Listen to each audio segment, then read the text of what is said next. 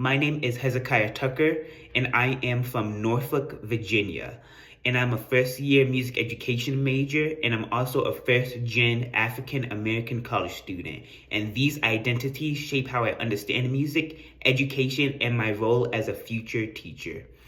I believe that music educators have a responsibility to cultivate safe, inclusive, and supportive learning environments for all students, regardless of their skill level, race, or background.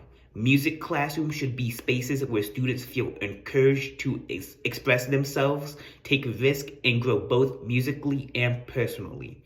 These beliefs come directly from my own experiences with music educators who made a lasting impact on my life.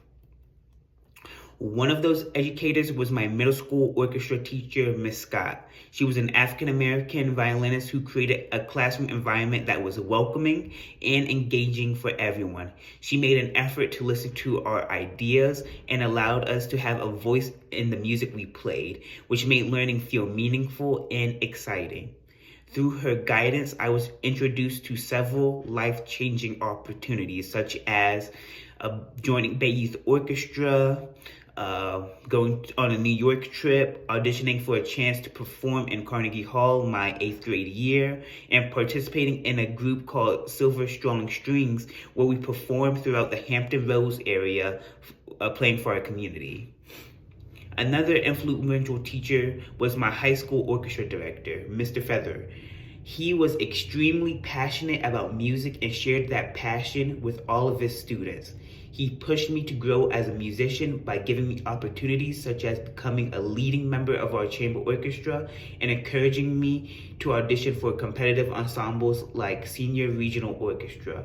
These educators not only helped shape my musicianship, but also showed me what intentional and caring music education can look like.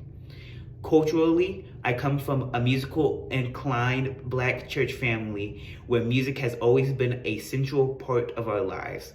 Several of my uncles play keyboard and drums, my grandmother sings, and my great grandmother sang and played the tambourine in church. Even before I fully understood my family's music background, I always had a deep love for music, whether that meant listening to it, singing out loud, or now performing as a violinist and sharing my playing on social media platforms. I recognize that one of my privileges is growing up in an environment where music was valued and encouraged. At the same time, I have faced challenges, particularly as a Black violinist in a field and on an instrument that is often perceived as predominantly white.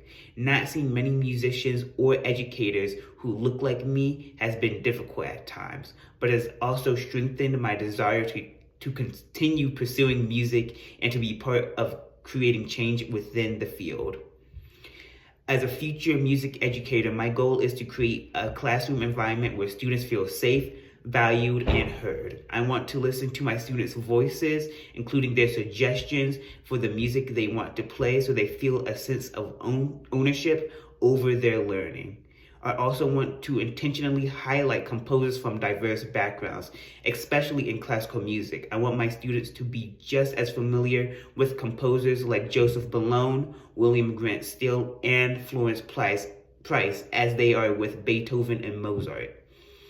In conclusion, my positionality as a first-gen African-American music education student, a Black violinist, and someone raised in a musically enriched community deeply informs my beliefs and goals as an educator. My experiences has taught me the importance of representation, access, and inclusion in music education.